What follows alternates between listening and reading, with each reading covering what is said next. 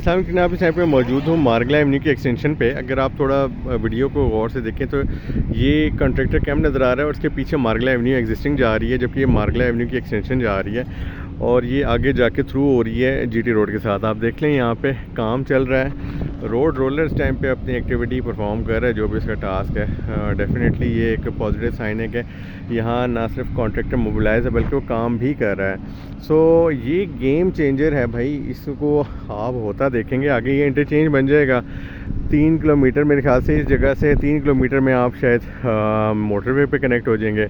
साथ जो इसकी बेनिफिशरी सोसाइटीज़ हैं उनकी लिस्ट बहुत लंबी हो सकती है, लेकिन मेन जो है B17 है, D17 है, फैसल हिल है, C18 है, AWT है और वाबड़ा टाउन है, ECHS है। उसको आप कंसिडर कर लें यार। इधर कुछ भी अगर आप इन्वेस्टमेंट करना चाहते हैं आप करें, और एज ए एंड यूज़र आ रहे हैं तो फ़ौरन आप कुछ ना कुछ सिक्योर करें, क्योंकि इनकी प्राइसेस बढ़ जाएंगी। बहुत शुक्रिया।